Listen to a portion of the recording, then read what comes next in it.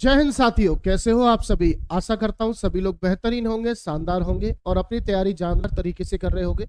मैं राजीव यादव एक बार फिर से आपके समक्ष हाजिर हूं और इस बार मैं लेकर आया हूं आपके लिए बहुत ही बेहतरीन और शानदार सीरीज, जिसमें हम ज्यादा नहीं, बेसिकली 10 प्रैक्टिस सेट करेंगे। 10 प्रैक्टिस सेट कौन से, जो कि अगर आप टेक्स्ट बुक पर टेस्ट देते हैं, मॉक टेस्ट, तो उसमें आपको एनटीपीसी मैथ्स में सेक्शनल टेस्ट मिलते होंगे, जो कि 10 दिए हुए हैं। मैंने इसे देखा था और मैंने फिर निर्णय लिया कि इसका सॉल्यूशन मैं आपको कराऊंगा।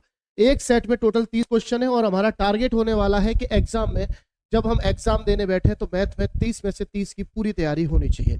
तो आइए बिना किसी देरी के स्टार्ट करेंगे आपके पहले सेक्शनल टेस्ट की ओर, जो कि text book NTPC sectional mock test first होने वाला है, जिसमें टोटल कितने सवाल है? 30 सवाल है। तो बात करते हैं पहले क्वेश्चन की। पहला क्वेश्चन आपकी स्क्रीन पर, before 6 years the ratio between the age of Radha and Ram is 5:8। The difference between the ages of Ram and Radha is 6 years। After how many years the ratio of their age will become 13:16।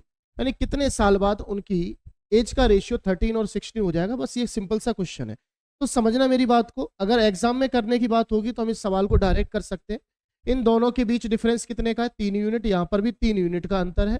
तो 3 unit की जो as है वो कितने के अंतर के बराबर है? 6 वर्ष के बराबर है। तो आप यहाँ पर सिंपल कहेंगे कि 5 से लेकर 13 तक 8 यूनिट वैल्यू बढ़ रही है। तो अगर यहाँ से मैं निकालूं तो 1 यूनिट 2 साल के बराबर, तो 8 यूनिट 16 साल के बराबर होगा।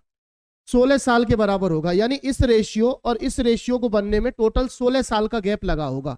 लेकिन ये जो बात कही गई, ये 6 साल पहले की गई। तो प्रेजेंट से अगर मैं कहूं, प्रेजेंट से जो रेशियो बनेगा वो 10 वर्ष बाद बनेगा। आप ऐसे कह सकते हो। कौन सा ऑप्शन? चौथा ऑप्शन। इस तरीके से इस सवाल को किया जाता है। बाकी जो बच्चे नहीं समझ में आई वो देखो इस तरीके से करेंगे। समझना मेरी बात को। अगर मैं कहूं कि प्रेजेंट में कुछ एज रही होगी, इससे 6 साल पहले की बात करो, तो राधा और राम 2 लोग हैं कुल मिलाकर। तो इनकी एज जो है वो 5 और 8 के रेशियो में कुल मिलाकर दे रखी है। और जबकि कुछ साल बाद इनकी एज 13 और 16 के रेशियो में हो जाती है। यहां से सारी चीजें समझना। देखो, 2 लोगों की एज के बीच का कभी भी अगर कुछ नहीं बदलना तो वो अंतर नहीं बदलना। अंतर चाहे आज की बात करो, चाहे 10 साल बाद की बात करो, चाहे 50 साल बाद की बात करो, 2 लोगों के एज के बीच का डिफरेंस हमेशा सेम रहता है, कभी भी चेंज नहीं होता है। चाहे वो रेशियो में बात कर लो, चाहे आप एज में बात कर लो।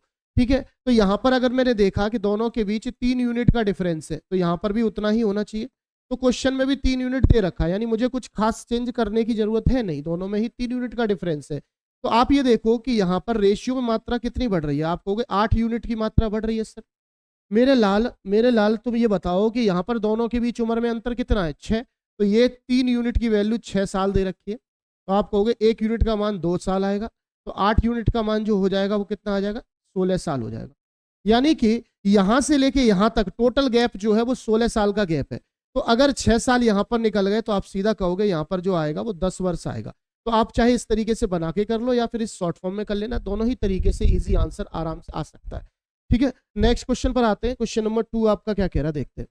ये क्वेश्चन सीरीज से पूछा गया है। कह रहा श्रृंखला का 19वां पद बताना है, यानी 19 टर्म ऑफ द सीरीज। तो आपको सीरीज दिख रही है। इस सीरीज में सबका गैप कितने का है? 4-4 का है, यानी एपी की सीरीज है।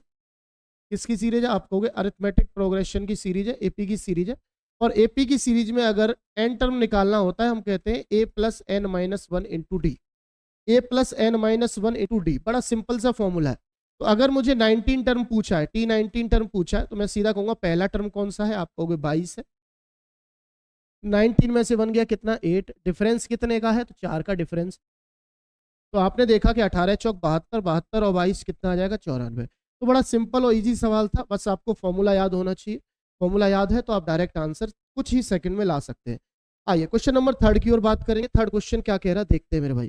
ठीक है, बहुत ही बेहतरीन सवाल है। कह रहा है किसी वस्तु का अंकित मूल्य इतना रुपए है, यदि कोई दुकानदार 20% का डिस्काउंट देता है तो 18% का लाभ कमाता है।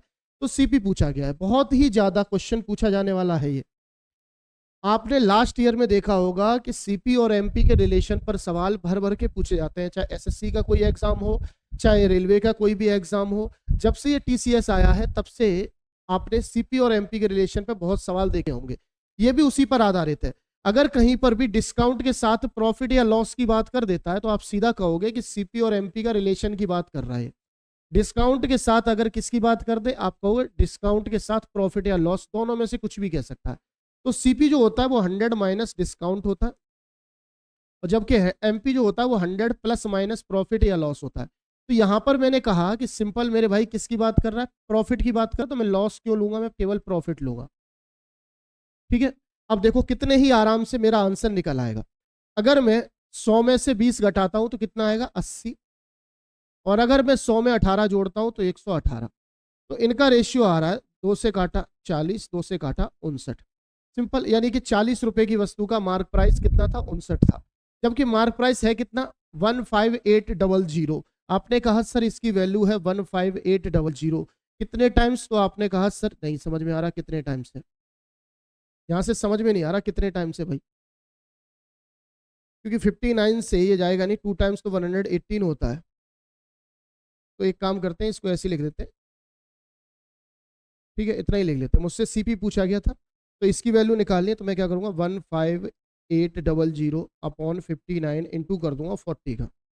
ठीक है, तो एक काम करते हैं इसमें, क्योंकि अप्रॉक्स आंसर निकालना और आंसर बहुत दूर दूर है, तो मैं क्या करूंगा, इसको सिंपली मैं इसको 60 कर देता हूँ, इसको मैं सिंपली क्या कर देता हूँ, 60 कर देता हूँ।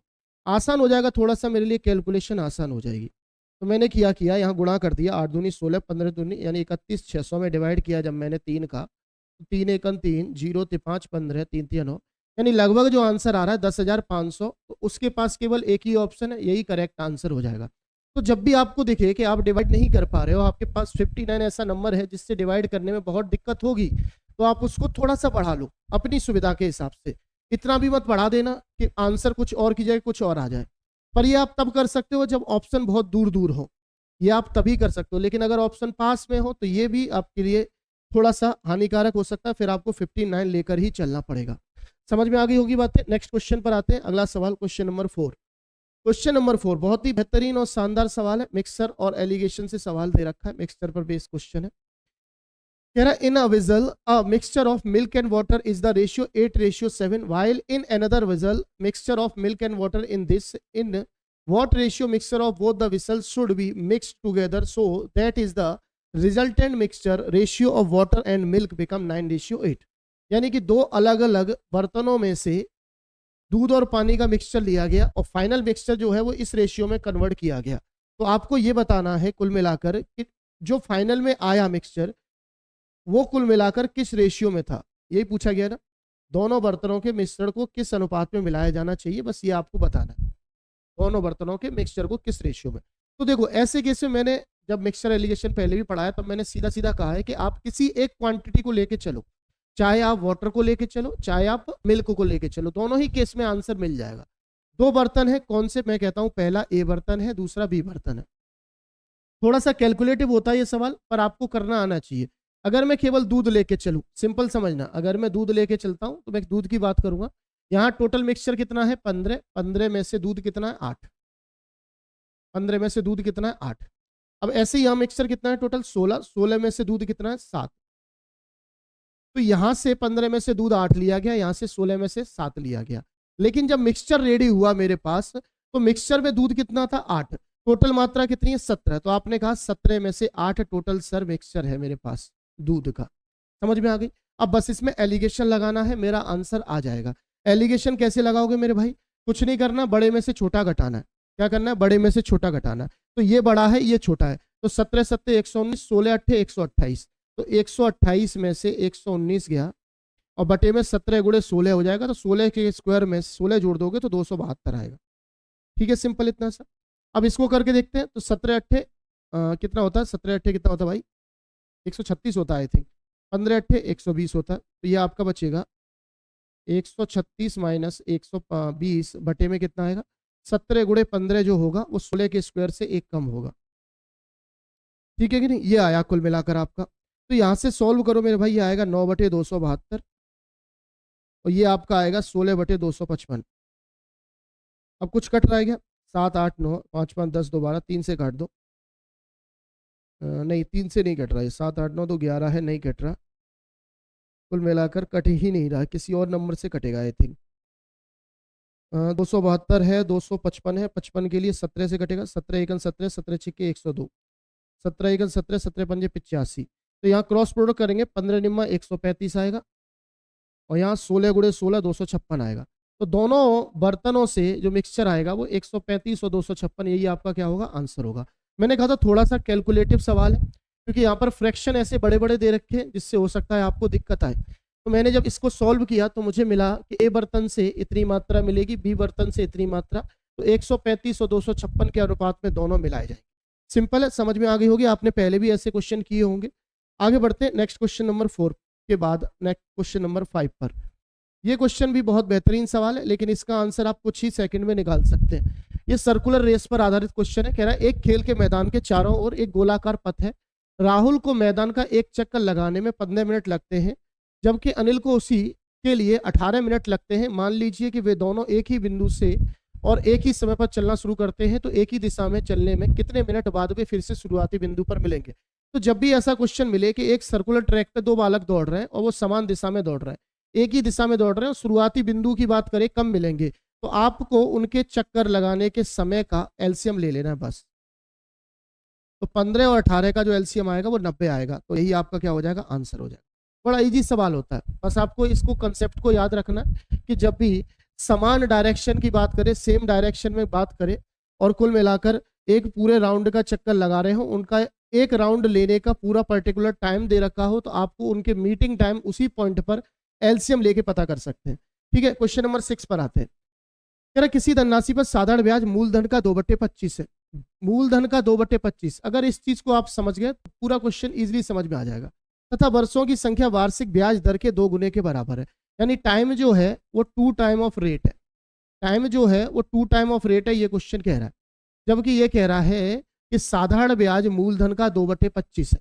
तो आप एक काम करो, 2/25 का मतलब क्या है, परसेंटेज में फाइंड कर लो 2/25 का मतलब क्या है। तो आप कहोगे सर 8% है ब्याज। यानी सिंपल इंटरेस्ट जो परसेंटेज में है वो कितना है, आपने कहा सर 8% का सिंपल इंटरेस्ट है। बड़ा इजी तरीके से निकाल लिया। जबकि मुझे पता है कि सिंपल इंटरेस्ट परसेंटेज में निकाला कैसे जाता है, रेट इनटू टाइम का मल्टीप्लाई करके, और टाइम जो है वो रेट का 2 टाइम है, तो मैं यहाँ पर 2 टाइम ऑफ रेट लिख सकता हूँ। तो इसकी वैल्यू जो आएगी वो 2r² % आएगी, जबकि इसकी वैल्यू कितनी है, 8% के बराबर है। तो परसेंटेज से परसेंटेज खत्म, 2 से काटा 4 बार, और r² की वैल्यू अगर 4 है तो r का मान आप भी कह सकते हो 2 आएगा। आप भी कह सकते हो r का मान जो आएगा वो कितना आएगा, 2 आएगा। तो दोनों ही चीजों को मैंने परसेंटेज में कन्वर्ट करके बड़े ही इजीली आंसर निकाल दिया। इसमें कह रहा है कि 2/25 जो है वो आपका मूलधन का ब्याज है। तो मैंने कहा ब्याज 8% के बराबर होगा। 8% का सीधा सीधा मतलब ये है कि यहाँ पर टाइम रेट के 2 टाइम है, तो मैंने फॉर्मूले में जब रखा तो आंसर आ गया 2%। ठीक है, सिंपल है, इजी है। आगे बढ़ेंगे क्वेश्चन नंबर 7 पर। अब अगला क्वेश्चन देखो, रेशियो एंड प्रोपोर्शन से पूछा गया सवाल है। कह रहा है यदि 10 और x का तृतीय अनुपात 90 है, यानी थर्ड प्रोपोर्शनल मेरे भाई 90 की बात कर रहा है, तो 2 टर्म दिए हुए हैं, इसका मतलब ये वाला टर्म मुझे निकालना है। जब 2 टर्म दिए हैं उनका थर्ड प्रोपोर्शनल निकालना है और सेकंड वाला पूछा गया सेकंड, तो सेकंड को ही तो हम मीन कहते हैं, सेकंड को ही तो मीन कहते हैं मेरे भाई, यही तो मैंने पढ़ाया था। और मीन कैसे निकालता है, a इंटू बी करके, under root a into B करके। तो 900 किसका रूट है, 30, तो x की वैल्यू कितनी आ गई, 30 आ गई। क्लियर, समझ गए होगे। बीच वाला निकालना है, कुल मिलाकर फर्स्ट है थर्ड है, बीच वाला निकालना है। बीच वाला कैसे निकालते हैं, बीच वाले को कहते हैं क्या, मीन कहते हैं। सेकंड प्रोपोर्शनल को मीन कहते हैं। मीन कैसे निकालता है, अंडर रूट a b करके। तो मैंने कहा x की वैल्यू 30। तो इसी तरीके से अगर मुझे y का निकालना है, क्योंकि इसका थर्ड प्रोपोर्शनल दे रखा है, तो y भी मीन होगा। तो y की वैल्यू जो आएगी वो अंडर रूट 12 गुणे कितनी आएगी, 27 आएगी। तो अगर 12 गुणे 27 देखूं तो यहाँ से 3 उठा के इसको दे दूं, 36 हो जाएगा। 36 का 6 और 9 का 3, तो y की वैल्यू कितनी आ जाएगी, आपने कहा 18 आ जाएगी। बड़ा इजी तरीके से आंसर आ गया। मुझे दोनों को जोड़ना था, 30 और 18 48। कितना आया, 30 और 18 48। इजी, कुछ ही सेकंड में आंसर हमने निकाल दिया। नेक्स्ट क्वेश्चन की बात करेंगे। क्वेश्चन नंबर 8 आपके सामने देखो। देखा निम्नलिखित में से कौन सी परिमेय संख्या 3/5 के बराबर है। परिमेय संख्या 3/5 के बराबर वही होगी जो काट पीट के 3/5 बन जाए। जैसे यहाँ पर देखो, अगर मैं काटू इन दोनों में कॉमन क्या, 3, 3 से काटा 5 बार, 3 से काटा 3 बार, ये 3/5 बनना, यही आपका आंसर होगा। ठीक है, यहाँ काट के देखो कुछ भी नहीं कट रहा, ये आंसर नहीं होगा। यहाँ पर भी कुछ नहीं कट रहा, यहाँ पर भी कुछ नहीं कट रहा, तो केवल एक ही ऐसा फ्रैक्शन है जिसमें कट के 3/5 आ रहा है, वही सेम टू आपका आंसर हो जाएगा। कुछ नहीं करना होता ऐसे सवालों में। अगला सवाल देखो यहाँ पर जो आया हुआ है, ये बहुत बेहतरीन क्वेश्चन है, एवरेज से बहुत ही बेहतरीन लाजवाब सवाल पूछा गया। कह रहा है the average of 17 numbers is 55, the average of the first 6 numbers is this and next 8 number is this. The 16 term is 4 less than the 15 term and 6 less than the 17 term. What is the average of the 15th and 17th term? बहुत अच्छा सवाल है, बहुत ही प्यारा question है। देखो इस question को करना चाहो तो 1 मिनट तो लग ही जाएगा। सिंसियरली मैं वास्तविकता में 1 मिनट लेने वाला सवाल है ये। कुछ चीजें शॉर्ट करके बताऊंगा, समझने की कोशिश करना। देखो सबसे पहले तो यहाँ पर जो एंड में दे रखा है इसका रिलेशन निकालना जरूरी है, इसका रिलेशन निकालना जरूरी है। यहां पर कह रहा है कि 15वां 16वां और 17वीं संख्या है, तो मैं इसको मान लेता हूं 15A है, 16B है और ये C है। तीनों की बात करूंगा मैं सिंपल। 16वीं संख्या 15वीं संख्या से 4 कम है, तो यानी कि ये अगर x है तो ये इससे 4 कम होगी, ठीक। और 17वीं संख्या से 6 कम है, और ये संख्या जो है तो इसको ही मान लेते हैं। देखो इसको मैं मान लेता हूं x, क्योंकि इसी को कंपेयर कर रहा है दोनों से, 15 में से भी कंपेयर कर रहा है और 17 में से भी कंपेयर कर रहा है, तो मैं इसको x मान लेता हूं। तो अगर 16वीं संख्या 15वीं से 4 कम है तो ये जाहिर सी बात है 4 ज्यादा होगी। सिंपल समझना मेरी बात को। अगर मैं ये जो है 16वीं संख्या ये 15वीं संख्या से अगर 4 कम है तो अगर ये x है तो ये इससे 4 ज्यादा होगी, और 17वीं संख्या से 6 कम है, अगर ये 17वीं संख्या से 6 कम है तो 17वीं संख्या इससे 6 ज्यादा होगी। क्या बातें समझ में आ गई होंगी? क्लियर है? कोई डाउट नहीं होना चाहिए मन में। ठीक है भाई, अगर समझ में आ गई तो अब आते हैं क्वेश्चन पर। ये रिलेशन मैंने बना दिया, अब इस पर आ जाओ। ये कह रहा है 17 संख्याओं का औसत कितने का है? 17 संख्याओं का एवरेज 55 का है, जबकि इसमें पहली 6 संख्याओं का एवरेज 49.5 का, पहली 6 का एवरेज 49.5 का है, उसके बाद अगली 8 का एवरेज जो है वो 60.5 का है, ठीक है। बाकी ये 8 से 14 संख्या ये हो गई, 3 संख्या वहां पर बात कर रहा है। तो ऐसे क्वेश्चन को ज्यादा समय न वेस्ट करते हुए मैं डायरेक्ट बताता हूं, डायरेक्ट कैसे करेंगे। पहले ये देखो मेरे लाल, ये इससे एवरेज कितना कम है, तो आप कहोगे सर 5.5 कम है। कितनी संख्याओं का? 6 संख्याओं का सर। तो कमी के लिए माइनस लगा दो, टोटल आएगा ये 33, ठीक है। 6 पंजे 30 और 6 का आधा 3, 33 हो जाएगा।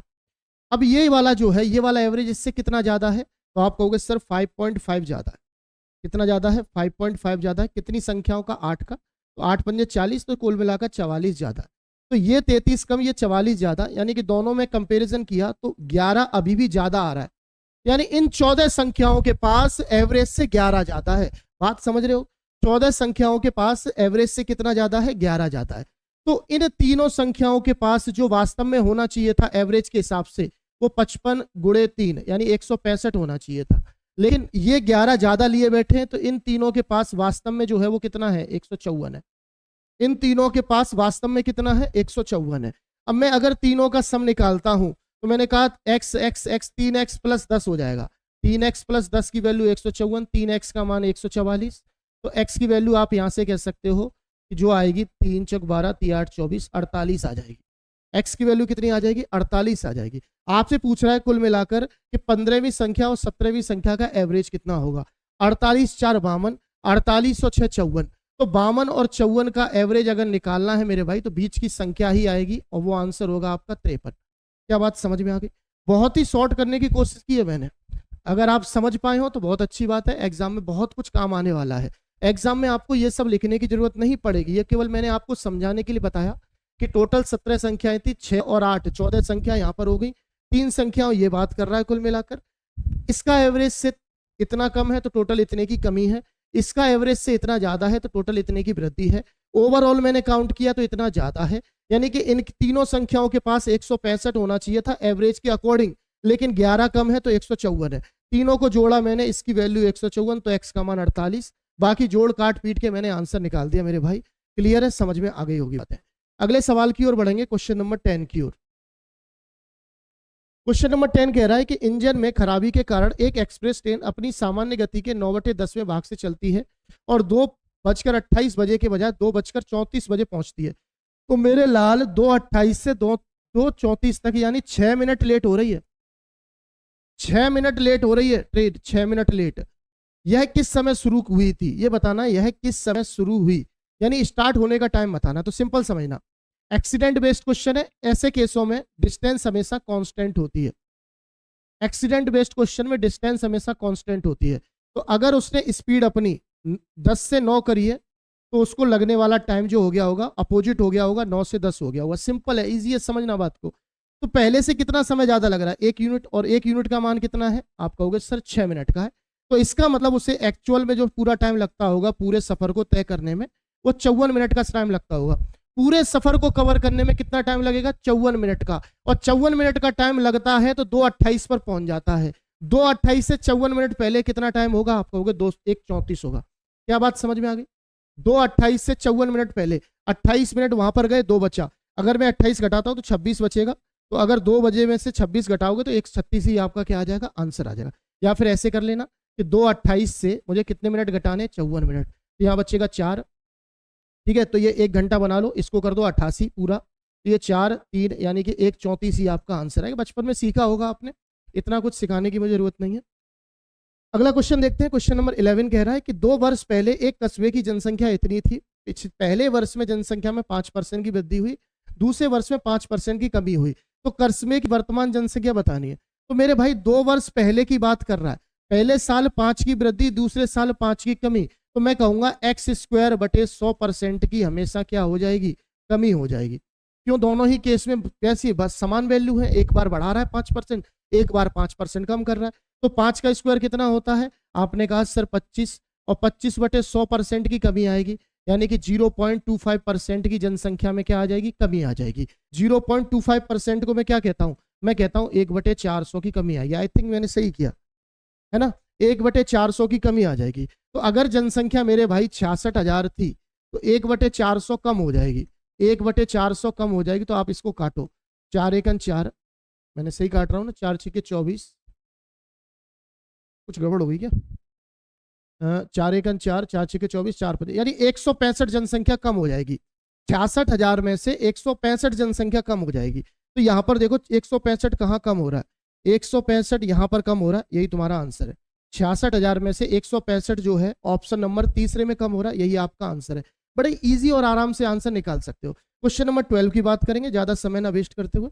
क्वेश्चन नंबर 12 देखो, बहुत ही बेहतरीन और शानदार सवाल है। क्या कह रहा है एक बार देखते हैं। कह रहा है कॉलेज ने शिक्षण सामग्री खरीदने के लिए प्रत्येक स्ट्रीम को प्रति छात्र 300 रुपए देने का फैसला किया। इलेक्ट्रॉनिक्स और संचार स्ट्रीम की कितना मिलेगा? ये क्या सवाल है भाई?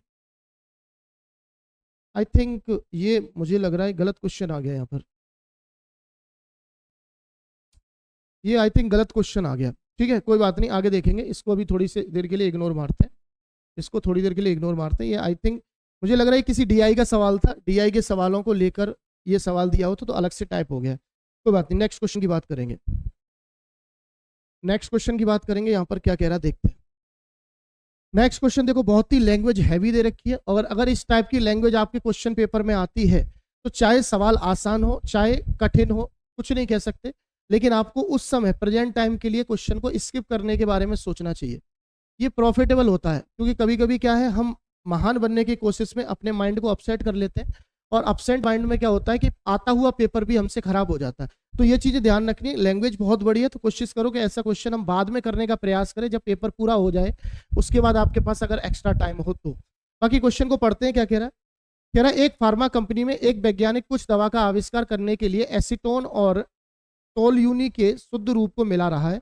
एसीटोन और टोल्यूनी को मिलाने के बाद प्राप्त घोल की कीमत 16 रुपए प्रति लीटर है। मिलाने के बाद की बात कर रहा है। ठीक है, वैज्ञानिक को एसीटोन की कीमत 14 रुपए प्रति लीटर पड़ती है। भंडारण की समस्या के कारण वैज्ञानिक के लिए टोल्यूनी की कीमत एसीटोन से अधिक है, यानी कि टोल्यूनी की कीमत जो है वो एसीटोन से ज्यादा है।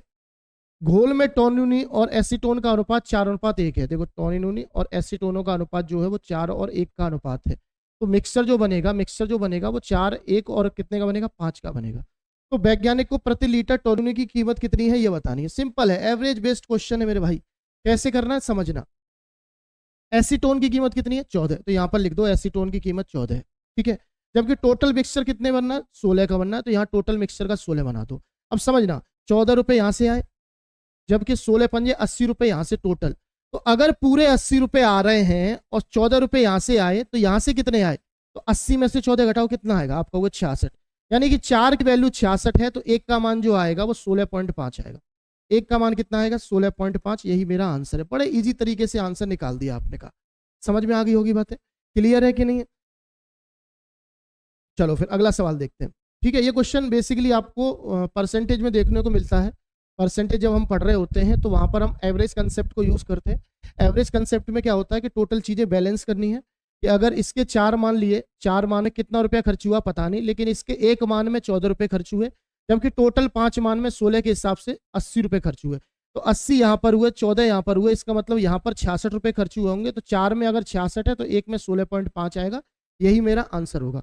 ठीक है, चलो क्वेश्चन नंबर 14 की ओर ध्यान से देखेंगे। कह रहा है एक निश्चित काम को ए जो है वो 15 दिन में कर रहा है, जबकि बी दोनों मिलकर 7.5 दिनों में कर रहे हैं।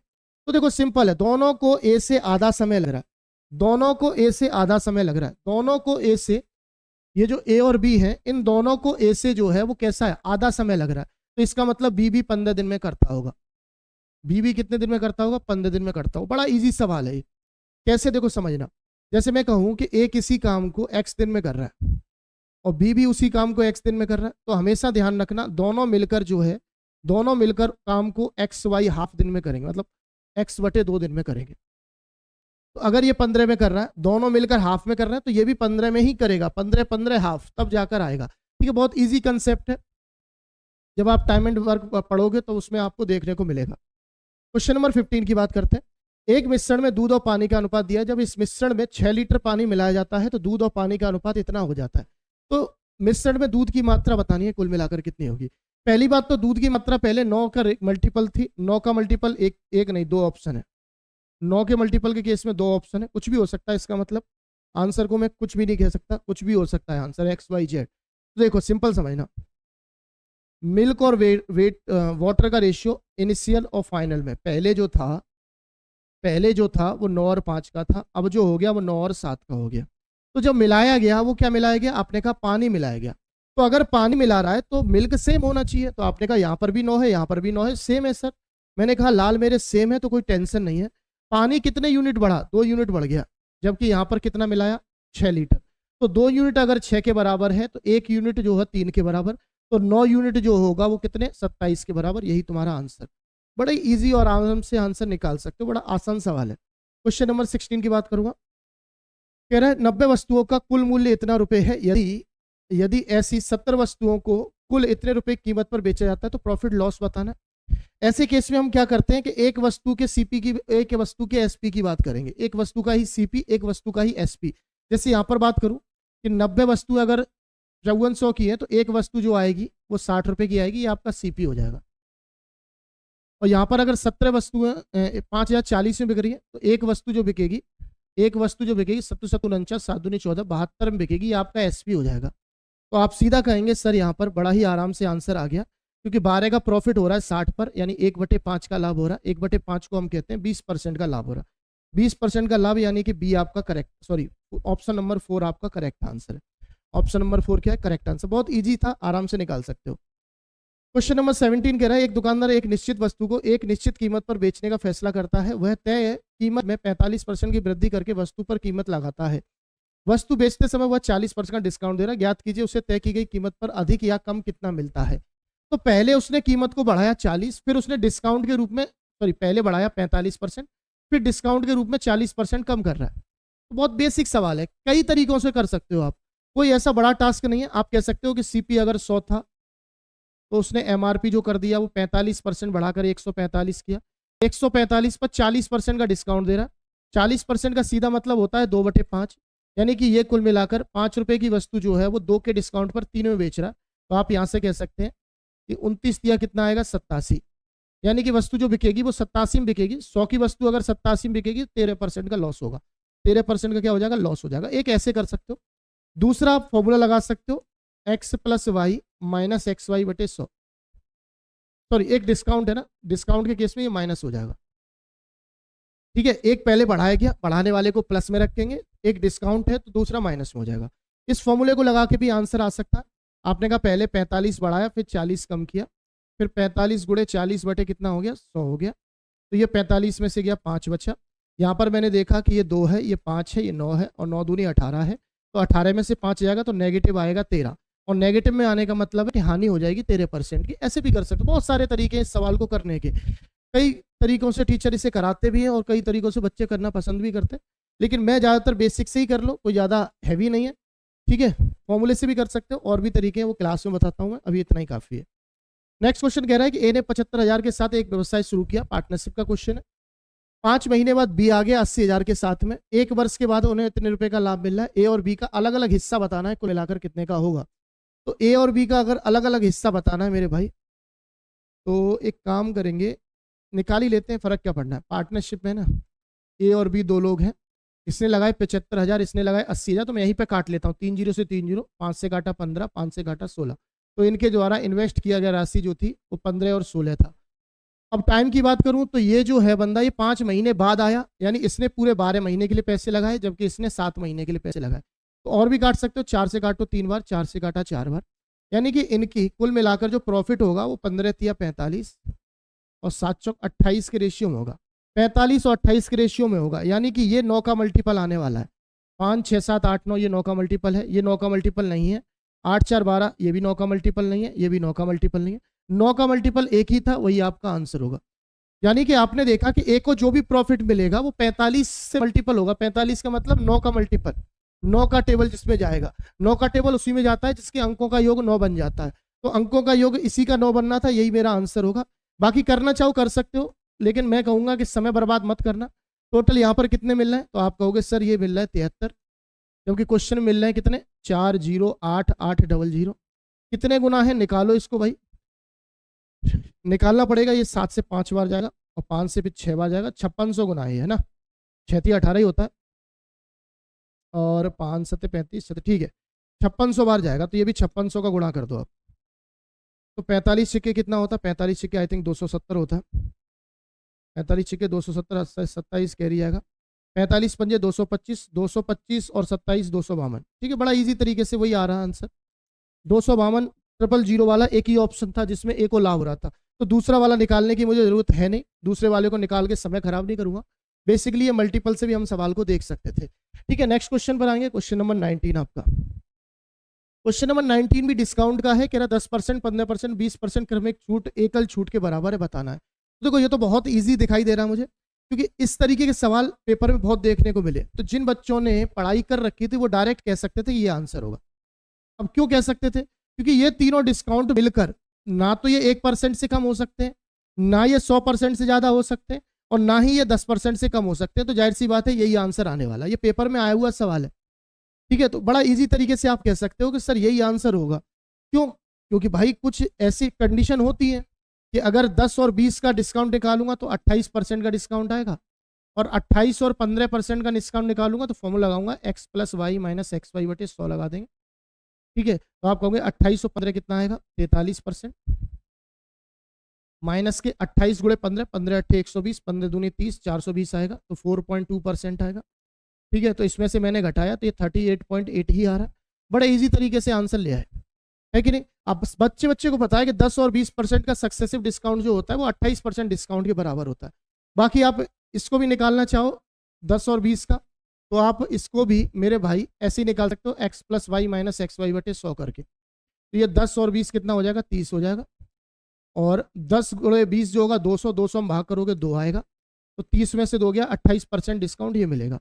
तो 28% और 15% का सक्सेसिव इतना आ जाएगा, इजी तरीके से निकाल सकते हो। बाकी कॉमन सेंस वाला सवाल है। कॉमन सेंस कैसे, कि ऑप्शन से ही पता चल रहा है कि ये तो हो नहीं सकता, ये 100 से ज्यादा होगा नहीं, ये 10 से कम होगा नहीं, एक ही ऑप्शन, खत्म बात। क्वेश्चन नंबर 20 देखो, क्वेश्चन नंबर 20 देखो, बहुत ही बेहतरीन सवाल है। क्वेश्चन डायरेक्ट पढ़ेंगे, क्या कह रहा है, कह रहा वर्ष 2015 में 5 व्यक्तियों की औसत आय ज्ञात करनी है। 2015 की बात कर रहा है, पांचों की औसत आय देखो, 12,000, 10,000, कितना आएगा, 22, 22 और 5 27, 27 और 20 47, 47 और 5 47, 5 52, 52 और 10 62, यानी कुल मिलाकर 62,000 सैलरी है। टोटल 5 लोग हैं, एवरेज निकालोगे 5 × 5 5 दूनी 10 5 चौक 20, यानी 12,400। ऑप्शन दूसरा मेरा करेक्ट आंसर होगा। अगर एवरेज निकालना है तो एवरेज बराबर क्या होता है, sum of observation upon number of observation. Total सब जो था वो कितना था, इतना था, नंबर कितने थे, 5 डिवाइड करके इजी आंसर आ गया, है कि नहीं। चलो क्वेश्चन नंबर 21 की ओर ध्यान देंगे, ज्यादा समय ना बर्बाद करते हुए भाई। ठीक है, क्वेश्चन नंबर 21 कह रहा है कि ए और बी की आय 5:7 के अनुपात में है, उनका खर्च 1:1 के अनुपात में है। यदि ये 2,000 बचा रहा है, ये 4,000 बचा रहा है, तो एक ही आय बतानी है। तो पहली बात तो एक ही आय 5 का प्रोडक्ट कहला रही है कि 5 का प्रोडक्ट तो वैसे सभी में दिखाई दे रहा है, लेकिन अगर मैं 2 2 0 3 3 0 सबको हटा दूं तीन तीन जीरो सबके हटा दूं, तीन तीन जीरो सबके हटा दूं, तो यही आंसर दिखा रहा है जो 5 का मल्टीपल होगा। क्लियर बात समझ में आ गई? बाकी करना कैसे है, इस क्वेश्चन को हम करते हैं क्रॉस प्रोडक्ट मेथड से। क्रॉस प्रोडक्ट मेथड से क्वेश्चन को करेंगे मेरे भाई, देख लो कैसे कैसे करेंगे भाई। तो उनकी इनकम 5 और 7 के रेशियो में थी, किसकी, ए और बी की, जबकि उनका खर्च जो था एक्सपेंडिचर 1 और 1 के रेशियो में था, और उनकी सेविंग एक 2,000 रुपये बचा रहा है, एक 4,000 रुपये बचा रहा है। क्रॉस प्रोडक्ट मेथड लगाना था, कुछ नहीं करना था। देखो 5 एकन 5, 7 एकन 7, तो 7 में से 5 गया 2 रेशियो, इनका डिफरेंस निकालो कितना आएगा, 2 रेशियो। ऐसे यहाँ पर 4,000 2,000 का डिफरेंस देखो, ये भी उतना आएगा, ये भी 2,000 आएगा। तो एक रेशियो अगर 2,000 के बराबर है तो एक रेशियो 1,000 के बराबर, सॉरी 2 रेशियो अगर 2,000 के बराबर है तो एक रेशियो 1,000 के, तो 5 रेशियो 5,000, बस यही सिंपल आंसर आने वाला था। बाकी अगर आपको दिख रहा है कि कितने जीरो में मैक्सिमम हटा सकता हो, तो 3 जीरो हटा के मैंने देखा कि 5 का मल्टीपल 1 ही था, मैं इसे बिना सॉल्व किए भी आंसर ला सकता था। ठीक है कि नहीं, समझ गए होगे। बाकी क्वेश्चन नंबर 22 पर आते हैं। 22 क्वेश्चन कह रहा है कि दो संख्या 2:3 के अनुपात में है, उनका एचसीएफ और एलसीएम 21 और 126 है, इन दोनों संख्याओं का अंतर बताना, डिफरेंस। तो हमेशा ध्यान रखना, अगर संख्याओं का रेशियो दे रखा है और आपसे उनका डिफरेंस पूछ रहा है, तो डिफरेंस हमेशा जो होता है वो एचसीएफ ही होता है। कभी भी रेशियो अगर संख्याओं का दे रखा हो, आपसे डिफरेंस पूछ रहा हो, तो डिफरेंस हमेशा एचसीएफ ही होगा मेरे भाई। एचसीएफ कितने का है, 21 का, यही तुम्हारा आंसर। हमेशा ध्यान रखना, एचसीएफ हमेशा डिफरेंस के बराबर ही होता है। ठीक है कि नहीं। बाकी निकाल सकते हो, देखो आपने पढ़ा होगा first number into second number बराबर क्या होता है, एलसीएम इंटू एचसीएफ होता है। तो अगर ये 2x है, ये 3x है, और बराबर में यहाँ 21 गुणे 126 है, तो ये काटा 3 दूनी 6, 6 से काटा 21 बार, x गुणे x, एक्स स्क्वायर 21 का स्क्वायर, तो आप x की वैल्यू क्या कहोगे, 21 होगी। लेकिन निकालने की जरूरत होती नहीं, हमेशा दो संख्याओं के बीच का जो अंतर होता है वो उनका एचसीएफ ही होता है। बात खत्म, टाटा बाय बाय, बस इतना ही बहुत है। क्वेश्चन नंबर 23 पर आ जाओ। क्वेश्चन नंबर 23 देखो मेरे भाई क्या कह रहा है Sumit earn Rs 10,692 as simple interest on this at a certain rate of interest for 3 years। ठीक है, his friend Anil invested this for 2 years at the same rate of interest but on compound interest compounded annually, how much did Anil earn as a interest. Interest के रूप में उसने कुल मिलाकर कितना रुपया कमाया, ये बताना है आपको। देखो सिंपल ध्यान रखना मेरे भाई, कंपाउंड इंटरेस्ट क्या होता है कि पावर की फॉर्म में काम करता है। किसमें काम करता है, पावर की फॉर्म में काम करता है। ठीक है, पहले मैं समझ लेता हूं कि कुल मिलाकर इसमें इंटरेस्ट जो है वो कितने का, इतने का इंटरेस्ट कमाया कितने साल में, 3 साल में। तो 1 साल में कितना इंटरेस्ट होगा, क्योंकि साधारण ब्याज हर साल बराबर होता है। तो अगर सिंपल इंटरेस्ट में 1 साल का निकालूं तो 10,692/3 करोगे, तो 3 तिया 9, 5 15, 3 18, 3 चौक 12, यानी इतने रुपए का टोटल मेरे भाई सिंपल इंटरेस्ट कमाया। अब आप ये देख लो कि ये सिंपल इंटरेस्ट 1 साल में जो बनना है ये परसेंटेज में कितना है, क्योंकि वही आपका रेट परसेंट होगा। तो आप इसको डिवाइड कर दो किससे, 29,700, यानी कि प्रिंसिपल से गुणा कर दो 100 का। ये 1 बार कटेगा और ये 2 बार कटेगा, यानी कुल मिलाकर रेट परसेंट जो आ रहा है कितने का आ रहा है, 12 आ रहा है। आप कहोगे सर 12 बड़ा इजीली काटते, देखो मैंने कहा है इसमें से कुछ काटता तो ये आता 56 और 3 59। अब 7 में किसका गुणा करूं कि एंड में 4 आए, तो केवल 2 ही का हो पा रहा था। तो 294 97 दूनी भी कितना होता है, 594 ही होता है। तो अप्रोक्स मुझे नजर आ रहा था, मैंने कहा रेट परसेंट 12% का ही होगा। बात समझ में आ गई।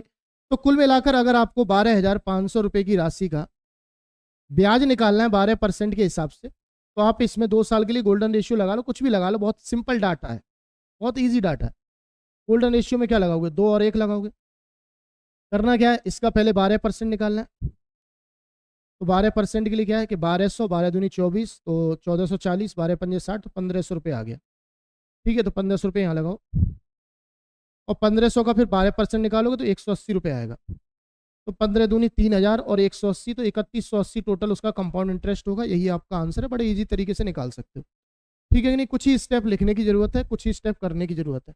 आगे बढ़ेंगे, नेक्स्ट क्वेश्चन देखेंगे। क्वेश्चन नंबर 24 आपका क्या कह रहा है। क्वेश्चन क्या है, एक पुलिसकर्मी ने 68 मीटर की दूरी से एक चोर को देखा, चोर को भागने लगता है और पुलिसकर्मी उसका पीछा करने लगता है। चोर और पुलिसकर्मी क्रमशः इतने उतने की गति से भागते हैं। पुलिसकर्मी को चोर को पकड़ने में कितना समय लगा। तो मेरी बात ध्यान रखना, चोर पुलिस वाले सवाल में क्या होता है कि टाइम हमेशा कांस्टेंट होता है। चोर पुलिस वाले सवाल में टाइम हमेशा कैसा होता है, कांस्टेंट होता है, नॉर्मल सी बात। बाकी कुछ भी जरूरत नहीं है। अगर चोर, मान लीजिए ये पुलिस है, ये चोर है आपका, थीफ है, इनके बीच की अगर दूरी 68 मीटर की है, तो मेरे भाई ये इधर भागेगा, ये इधर भागेगा, सेम डायरेक्शन में भागेंगे। सेम डायरेक्शन में रिलेटिव स्पीड माइनस हो जाती है। तो अगर एक की स्पीड 4 है, दूसरे की स्पीड 9 है तो रिलेटिव स्पीड जो आएगी वो 5 आएगी, 9 में से 4 घटा दोगे। तो अगर मुझे टाइम निकालना है कितने समय में पकड़ेगा, तो दोनों के बीच की दूरी कवर करनी है बस पकड़ने के लिए, और रिलेटिव स्पीड 5 की होगी। तो आप कहोगे 5 सेकंड, 5 5 3 15, 5 6 30, तो कुल मिलाकर 13.6 सेकंड का समय लगेगा। कौन सा आंसर? आपने कहा तीसरा ऑप्शन करेक्ट है, कुछ ही सेकंड का आंसर होता है। ठीक है, क्वेश्चन नंबर 25। ये क्वेश्चन थोड़ा सा अच्छा है, बेहतरीन सा सवाल है, सिंप्लीफिकेशन से लिया गया क्वेश्चन है। यहाँ पर कह रहा है कि सिंपल है, कुछ नहीं, वैसे सिंपल ही लग रहा है मुझे तो एक काम करो, ऐसे क्वेश्चन में अगर कभी भी दिक्कत आती है तो अगर ये मल्टीप्लाई ये डिवाइड है, तो आप डिवाइड को भी मल्टीप्लाई में कन्वर्ट कर सकते हो। कैसे कर सकते हो वो देखना। 3 तिया 9 और 1 10/3 हो गए। ये 7 6 42, 42 और 3 45/7 होगा, तो ये डिवाइड लगा हुआ। तो आप क्या करो, इस डिवाइड को कर दो मल्टीप्लाई में चेंज, इस डिवाइड को कर दो मल्टीप्लाई में, और इस संख्या को रेसिप्रोकल बना दो, ये 7/45 बना दो। बड़े इजी तरीके से हो जाता है फिर। अब बाकी सब जैसा है वैसा कर दो, जैसे 2 1 2 और 1 3/2 आएगा। ये 7 या 21 और 1 22/7 आएगा। तो देखो सब कुछ कट जाएगा, यहाँ पर कुछ नहीं बचा। 5 से 2 बार, 5 से 9 बार, 2 से कट गया, ये खत्म। तो 22/9 जो आ रहा है वो पी की पावर 1/2 की वैल्यू है। पी की पावर 1/2 की वैल्यू, तो पी का मान जो आएगा वो 22/9 का स्क्वायर आएगा। 22 का स्क्वायर 484, 9 का स्क्वायर 81। तो ऐसा कोई ऑप्शन नजर आ रहा है क्या भाई? तो आप कहोगे ऑप्शन 4 नजर आ रहा है, यही मेरा करेक्ट आंसर है। कुछ भी नहीं करना होता, ऐसी इक्वेशन जब भी बने डिवाइड वाली तो इसको मल्टीप्लाई में चेंज करके रेसिप्रोकल कर लेना। बाकी सब कुछ बहुत इजी और आसान हो जाता है, इतना तो आप कर ही सकते हो। क्वेश्चन नंबर 26 कह रहा है कि 8500 रुपए की जमा राशि पर 3 वर्ष का साधारण ब्याज इतना है, तो ब्याज की दर बतानी है। तो एक साल में ब्याज कितना मिल रहा है? पिछिंग 18 38 24 680 रुपए का। तो रेट निकालना है मेरे भाई। तो आप ये देखो कि 680 जो है वो प्रिंसिपल का कितने परसेंट है, बस इतना ही देखना था, सवाल खत्म हो गया। 17 से काटा 5 बार, 17 से काटा 40, 5 से काटा 8, तो कुल मिलाकर जो रेट है वो कितने का? 8%। कौन सा ऑप्शन? पहला ही ऑप्शन एकदम सही था। इजी क्वेश्चन था, इजी तरीके से सिपटा दिया। क्वेश्चन 27 देखते हैं। मिश्र धातु ए में धातु x और y 5:2 के अनुपात में है, जबकि बी में 3:4 के अनुपात में। मिश्र धातु सी को मिश्र धातु ए और बी को 4:5 के अनुपात में मिलाकर तैयार किया जाता है। तो मिश्र धातु सी में x का परसेंटेज पूछ रहा है, कुल मिलाकर कितना होगा? x का परसेंटेज पूछ रहा है मेरे भाई, है कि नहीं? मिलाने वाला कंसेप्ट है तो मिला लेते हैं, क्या बुराई है, दोनों में कोई बुराई नहीं है। ठीक है, मैं कहूँगा दो पदार्थ हैं ए और बी, इनको सी में मिलाया जा रहा है। इनमें एक्स और वाई, एक्स और वाई और एक्स और वाई, यही तीन है, बस बात खत्म हो गई, कुछ नहीं है। पहले वाले में जो था वो 5 और 2 के रेशियो में था, दूसरे वाले में जो था 3 और 4 के रेशियो में था। ठीक, जबकि इनको 4:5 के अनुपात में मिलाया जा रहा है, यानी इसके कुल मिलाकर 4 भाग लिए जा रहे हैं और जबकि इसके कुल मिलाकर 5 भाग लिए जा रहे हैं। तो सबसे पहली चीज, क्या दोनों की क्वांटिटी बराबर है? क्या दोनों की क्वांटिटी बराबर है? आप कहोगे 5 और 2 7, 4 3 7। जी हाँ, दोनों की बराबर है, कुछ करने की जरूरत नहीं है, बस गुणा भाग कर लो। एक्स का मान देखो, यहां से एक्स लूंगा तो 5 चौक कितना आएगा? 20 आएगा। यहां से एक्स 5 तिया 15 आएगा। ठीक है, अगर वाई की मात्रा लूंगा तो 4 दूनी यहां से 8 आएगा और यहां से 5 चौक 20 आएगा। तो आपने कहा सर ये 35 अनुपात कितना आएगा? 28। कट सकता है, 7 से काटा 5 बार, 7 से काटा 4 बार, बहुत इजी तरीके से कट गया। तो आपने पूछा क्या गया कि x का परसेंटेज कितना है, तो टोटल मात्रा कितनी है? 9। 9 में से x कितना है? 5। तो 5/9 को मैं सीधा कहता हूं 55 से ही 5/9%। कौन सा ऑप्शन? आपने कहा सर ऑप्शन नंबर 4। एकदम इजी और आसान सवाल था, कर लिया खत्म, है कि नहीं? चलो नेक्स्ट क्वेश्चन पर आएंगे इसी के साथ। Question number 28। क्वेश्चन नंबर 28 बहुत ही आसान सवाल है, कुछ ही सेकंड में खत्म कर सकते हैं। क्वेश्चन कह रहा है एक शंकु की ऊंचाई दे रखी है, इसके आधार की त्रिज्या देखिए, आयतन बताना है। तो अगर कभी भी 3D क्वेश्चन दे आपको, 3D क्वेश्चन में पाई वैल्यू आती है, पाई का मतलब 22/7, तो 22 का मतलब होता है 11 का मल्टीपल। क्या 11 से इसमें भाग जाएगा? जाएगा। क्या इसमें जाएगा? नहीं जाएगा। क्या इसमें जाएगा? नहीं जाएगा। क्या इसमें जाएगा? नहीं। 11 से भाग जाने वाला एक ही ऑप्शन है, यही मेरा करेक्ट आंसर हो जाएगा। 11 से भाग जाने वाला एक ही ऑप्शन है। बाकी कुछ बच्चे कहेंगे सर हवाबाजी हो गई, तो हवाबाजी हो रही है तो कोई बात नहीं, वॉल्यूम भी निकाल सकते हैं, ऐसी बड़ी बात नहीं है। वॉल्यूम निकालने के लिए शंकु का आयतन पता होना चाहिए। शंकु का आयतन होता है 1/3 पाई आर स्क्वायर एच। ठीक है, शंकु का जो वॉल्यूम होता है 1/3 पाई आर इंटू एच होता है। तो वैल्यू रखनी थी, बाकी कुछ नहीं था। पाई की वैल्यू 22/7 होती है। आर का मान 3.5 है, यानी 7/2 लिख सकता हूँ। स्क्वायर करना है तो 2 बार गुणा, और एच की जो वैल्यू है वो कितनी है? 12 है। बस खत्म हो गया सवाल। देखो 2 दूनी 4 तिया 12 से 12 खत्म, 7 से 7 खत्म, तो 22 सत्ते कितना होता है? 154। तो बड़ा इजी आंसर आ गया। लेकिन मैं कहूंगा कि पेपर में निकालने की जरूरत नहीं है, डायरेक्ट देखना, उड़ा देना। ठीक है भाई। क्वेश्चन नंबर देखेंगे 29। 29 जो है वो DI से लिया गया सवाल है, बहुत अच्छा क्वेश्चन है। क्वेश्चन में सिंपल है, एक ग्राफ दे रखा है, डाटा दे रखा है, पूछ क्या रहा है, मैं डायरेक्ट यही पढ़ता हूँ पेपर में, जब भी देखना तो डायरेक्ट यही पढ़ना, पूछ क्या रहा है आखिर पेपर में। सभी मतों में से, ठीक है, पेपरोनी के लिए मतों का परसेंटेज कितना है? पेपरोनी कहाँ है भाई? पेपरोनी ये है, कितना है पेपरोनी? 325। और जबकि सभी मत कितने हैं ये तो दिया ही नहीं है। अच्छा जोड़ना पड़ेगा, जोड़ लेते हैं भाई, देखो जोड़ लेते हैं। 325 125 कितना हो गया? 450, 450 3, 750, 750, यानी 1000 है टोटल। टोटल 1000 में से 325 तो 32.5%, बड़ा इजी था। 32.5% है, बड़ा इजी है, सिंपल है, कर सकते हो आराम से। अगला क्वेश्चन, लास्ट क्वेश्चन है, देखो इसका लास्ट क्वेश्चन है, ये भी डीआई का सवाल है, बहुत बेहतरीन क्वेश्चन है। यहां पर भी कह रहा है कि कुल मिलाकर कॉलेज ने शिक्षण सामग्री खरीदने के लिए प्रत्येक स्ट्रीम को प्रति छात्र 300 देने का फैसला किया। इलेक्ट्रॉनिक और संचार स्ट्रीम को कितना मिलेगा? इलेक्ट्रॉनिक और संचार इलेक्ट्रॉनिक और संचार ये है कुल मिला के आपका, ये कितना है? 20%। इलेक्ट्रॉनिक और संचार जो है वो 20% है। टोटल छात्र कितने हैं? 5000। 5000 में 20% का मतलब 1/5 मिल रहा है, और एक छात्र को कितना मिल रहा है? 300। एक छात्र को कितना मिल रहा है? 300। बस यही करना था। तो मैंने कहा कि 3 के आगे 3 और 2 5 जीरो लगेंगे, बस 3 के आगे 5 जीरो लगेंगे, यही तुम्हारा आंसर होगा। लेकिन मेरे भाई कौन सा ऑप्शन? आपने कहा तीसरा ऑप्शन एकदम सही है। तो कुल मिलाकर ये थे आपके टोटल 30 सवाल, 30 नहीं 29 थे बेसिकली, क्योंकि ये क्वेश्चन जो है वो मिस टाइप हुआ है, एक क्वेश्चन मिस टाइप हो गया, एक क्वेश्चन जो है आपका मिस टाइप हुआ है, क्वेश्चन नंबर 12। ये एक्चुअल में जो अभी हमने लास्ट क्वेश्चन किया ना उसका क्वेश्चन था। कोशिश करूंगा अगले सेट में इसको पूरा करूं। तो ये थे कुल मिलाकर आपके आज के ऐसे क्वेश्चन जो पेपर में आने की पूरी संभावना है। मैंने प्रयास किया कि कम से कम समय में आपका सेट खत्म करें, और ऐसे ही डेली में एक सेट लेकर आऊँगा, और टोटल 10 सेट हैं इसमें जो हम ये करा रहे हैं, टेक्स्ट बुक वाला एनटीपीसी सेक्शनल मॉक टेस्ट, इसमें टोटल 10 सेट है। तो डेली में एक रिकॉर्ड कर दूंगा, या फिर कल संडे है तो मैं सोच रहा हूँ कल 2 रिकॉर्ड कर दूँ, एक मॉर्निंग में एक इवनिंग में, और आपको रिकॉर्डेड फॉर्म में डेली मिल जाएगा। तो आशा करता हूँ आपको क्लास पसंद आई। क्लास पसंद आए तो कृपया करके कमेंट करें, लाइक करें वीडियो को, अपने दोस्तों के साथ शेयर कर दें, और मुझे एक अपनी राय भी पेश करें कि हाँ सर हमें ये चीज़ें थोड़ा सा सुधारने की ज़रूरत है। बाकी फिर मिलेंगे अगली सर क्लास में, तब तक ख्याल रखिए। जय हिंद, जय भारत।